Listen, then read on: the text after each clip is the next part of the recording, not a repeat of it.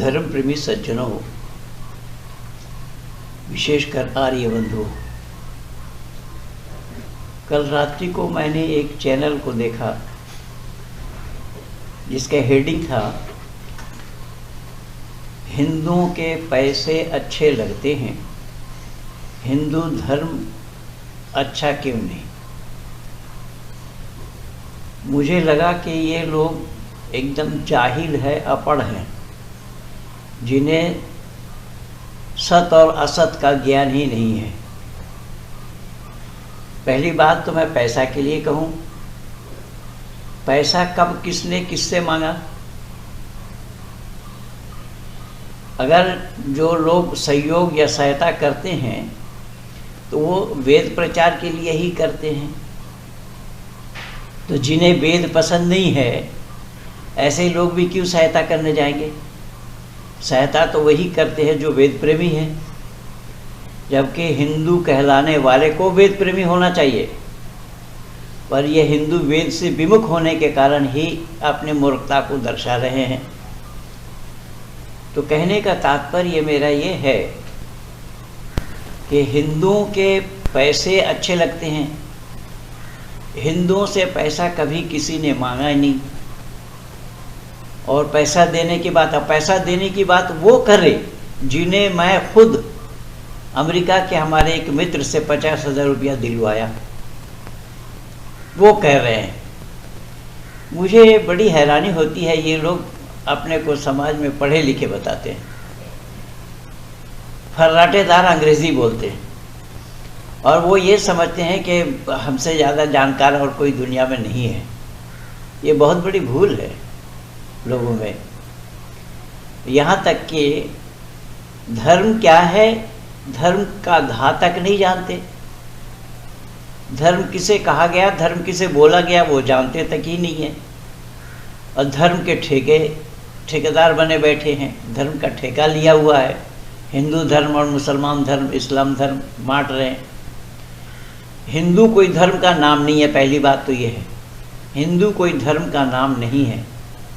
और हिंदू नाम तो उनका है जो शाकाहारी हो या मांसाहारी, सदाचारी हो या दुराचारी, निर्व्यसनी हो या व्यसनी, ढोंगी हो या पाखंडी, धूर्त हो या छली, राक्षस हो या देवता, सब अपने को हिंदू कहते हैं। राक्षस भी अपने को हिंदू कहते हैं और देवता भी अपने को हिंदू कहते हैं। जिन्हें ये ही मालूम नहीं कि देवी और देवता कौन है और परमात्मा कौन है, वो लोग धर्म के ठेकेदार बने बैठे हैं, धर्म का ठेका लिया हुआ है। जो लोग ये कहते हैं कि इस्लाम में जो बुराई है, इस्लाम में जो कमी है, जैसा उदाहरण के रूप में इस्लाम वाले मानते हैं कि चांद का टुकड़ा कर दिया, तो चांद का टुकड़ा कर दिया। कल मुझे एक ने लिखा भी था मेरे स्ट्रीम लाइव में, तो चांद का टुकड़ा कर दिया। चांद का टुकड़ा होना संभव है अगर, तो हनुमान का सूरज निकलना क्यों और कैसा संभव है। चांद का टुकड़ा करना अगर संभव नहीं, जो हिंदू मानते हैं, तो सूरज का निकल जाना हनुमान के लिए ये क्यों और कैसा संभव हुआ। फिर इस्लाम वालों की मान्यता है कि एक सांप मुसल्लत कर दिया जाएगा कब्र में, जिसका नाम सजाए इकरा है, जिसका नाखून 12 कोस का लंबा है। फज़ाइल नमाज में मौलाना ज़करिया साहब ने लिखा है, सजाए इकरा उसका नाम बताया। और वो 12 कोस नाखून वाला सांप 6 फुट 7 फुट कब्र के अंदर में कैसे अटेगा, समाएगा। ये हिंदू भी गप हाँक दिया कि कुंभकर्ण का मोच 24 कोस का लंबा था, वो 12 कोस है, ये डबल बता दिया है। तो छेदी लाल और सौराखी लाल दोनों तो समान है। फिर इस्लाम के लिए अगर कहा जाएगा तो हिंदुओं के लिए कहा क्यों नहीं जाएगा। हिंदू सत से विमुख है, हिंदू सत को अपनाए ना, हिंदू सत को आचरण में लाए, तब तो बात है। और सबसे बड़ा झूठ तो यही है कि कोई ये कहे कि काली का दर्शन हुआ है मुझे, इससे बड़ा झूठ दुनिया में और कुछ भी नहीं है। क्योंकि काली का दर्शन होना संभव ही नहीं है। काली है क्या जो काली का दर्शन कर रहे हैं जो।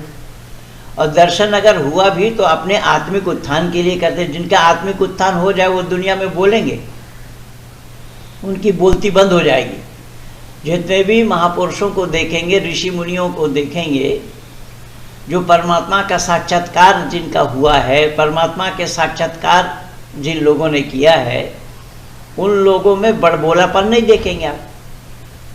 अगर काली का दर्शन हो, काली को कोई देखे जो आँख का विषय नहीं है, फिर उसको देखना ये क्यों और कैसा संभव हुआ?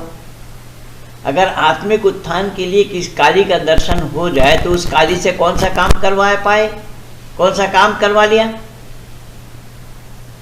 जिन्हें इतना ही मालूम नहीं है कि परमात्मा कौन है और देवी देवता कौन है, देवी देवता किनको कहा गया, कल रात मैं बोला भी। तो ये सबसे बड़ी भूल है, सबसे बड़ी जहालत है, सबसे बड़ी मूर्खता है इन्हीं लोगों का, जो सत्य से विमुख है, सत्य को जानना नहीं चाहते। इसलिए मैं इसको लिखा भी, इसको मैं लिखा कि इससे बड़ी मूर्खता और कुछ भी मालूम नहीं होते। जो धर्म का ठेका लिए बैठे हैं, धर्म को हिंदू और मुसलमान में बांट रहे हैं, जो धर्म का धा तक नहीं जानते। धर्म तो धर्म ही है, धर्म मानव मात्र के लिए एक होता है। धर्म ना हिंदू होता है ना मुसलमान होता है। हिंदुओं के लिए धर्म कहाँ से आ जाएगा? मुसलमान के लिए धर्म कहाँ होगा, कौन होगा? इसलिए सब बेतुकी बातें हैं। जो लोग दुनिया को सच बताने के बजाय झूठ बोलकर कमा रहे हैं, देखिए ये लोग झूठ बोलकर कमा रहे हैं और दूसरे पर दोष दे रहे हैं, दूसरे को कह रहे हैं कि हिंदुओं का पैसा अच्छा है, हिंदू धर्म अच्छे नहीं लगते। अरे झूठ बोल करके कमा रहे हैं लोग, झूठ बोलकर। काली का दर्शन न हुआ किसी को, न होना संभव है। अगर काली का दर्शन रामकृष्ण परमहंस देव को हुआ तो फिर वो रामकृष्ण परमहंस देव इस्लाम स्वीकार करने के लिए क्यों गए, नमाज पढ़ने के लिए क्यों गए?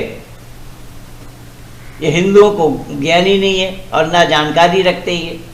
और जबकि मैं ये सारा PDF उठा करके दिया काली के दर्शन करने वालों को। तो ये सबसे बड़ी बात मानव समाज के लिए है कि मानव समाज पर कुठाराघात करके ही, झूठ बोलकर मानव समाज पर कुठाराघात कर रहे हैं। इससे जनमानस को क्या लाभ मिल रहा है, क्या लाभ मिलना संभव है? पहली बात तो यह है कि काली का दर्शन हुआ, मुझे ये कहना समाज में क्या दर्शाता है कि मैं इतना बड़ा साधक हूँ। देखिए, काली का दर्शन मुझे हुआ, ये कहकर जनमानस को क्या बताना चाहते हैं कि मैं इतना बड़ा साधक हूँ, साधिका हूँ।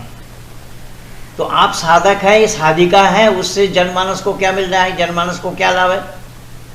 आपकी साधना में आपके आत्मिक उत्थान होना संभव है और आप दूरदर्शन में आ रहे हैं, चैनल में आ रहे हैं विभत्स काली का चित्र लेकर के। शर्म हया नाम की कोई चीज़ है या नहीं है इन लोगों में? मैं ये नहीं समझ पाया। जो निर्वस्त्र महिला है, अगर इसको माँ कहा जाए, जगत की माँ कहा जाए, तो वो किसी को दिखाया जाना क्यों, कैसे संभव होगा? हम अपने घर में, परिवार में अपनी माँ को देखें इस तरीके से अपने पिता के साथ निर्वस्त्र अवस्था में, तो क्या हम किसी और को बता सकते हैं? ये दुनिया को दिखा रहे हैं, फिर भी निर्लज्ज जी ये हैं, ये काली का दर्शन बता रहे हैं अपने को। जो लोग काली को परमात्मा मानते हैं वो शब्द भी गलत है। काली अगर परमात्मा है तो फिर देवी और देवता कौन है, किसे कहा जाएगा देवता? जो लोग परमात्मा और देवी के भेद को ही नहीं जानते हैं वो धर्म के ठेकेदार बने बैठे हैं। हमारे समाज में ये बहुत बड़ी भूल है कि हमें सत्य और असत्य का ज्ञान ही नहीं है और धर्म और अधर्म का ज्ञान भी नहीं है। झूठ बोलकर समाज को धोखा दे करके ही धर्म को हिंदू मुस्लिम में बांटा जा रहा है।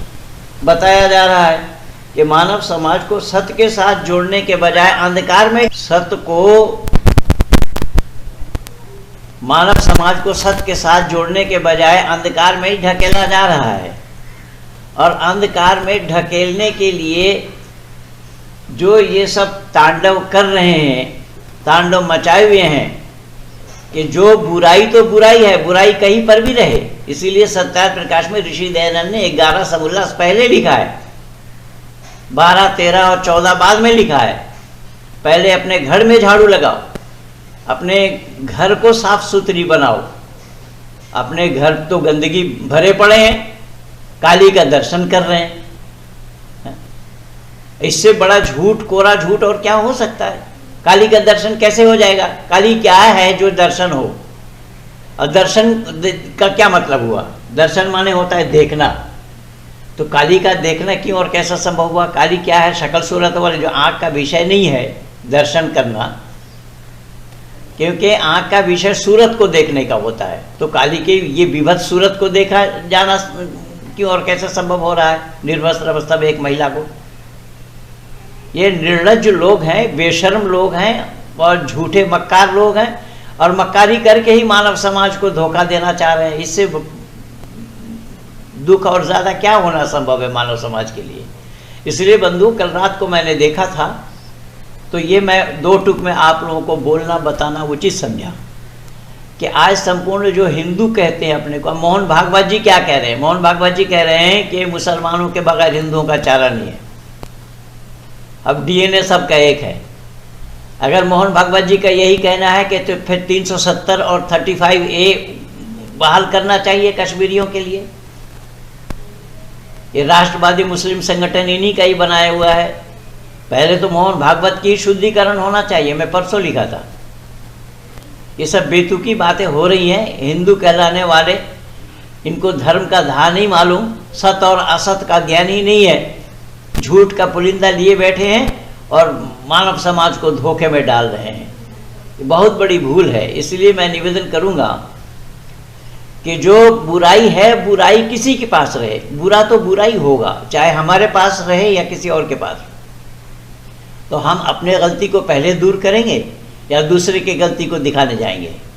दूसरे की गलती को दिखाने जाएंगे, अपने पास वही गलती है तो फिर दूसरे को दिखाने का क्या अधिकार है आपको? इसलिए मैं चुनौती दे रहा हूँ काली के दर्शन करने वालों को। जो लोग ये कहते हैं कि काली का दर्शन हुआ है, उन्हें मैं खुली चुनौती दे रहा हूँ। आओ सामने आकर के डिबेट करो, दूध का दूध और पानी का पानी हो जाएगा। मैं ये निमंत्रण दे करके वाणी को विराम की ओर ले जा रहा हूँ।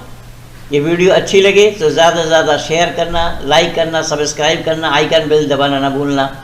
इन्हीं शब्दों के साथ पंडित महेंद्र पाल आर्य, धन्यवाद।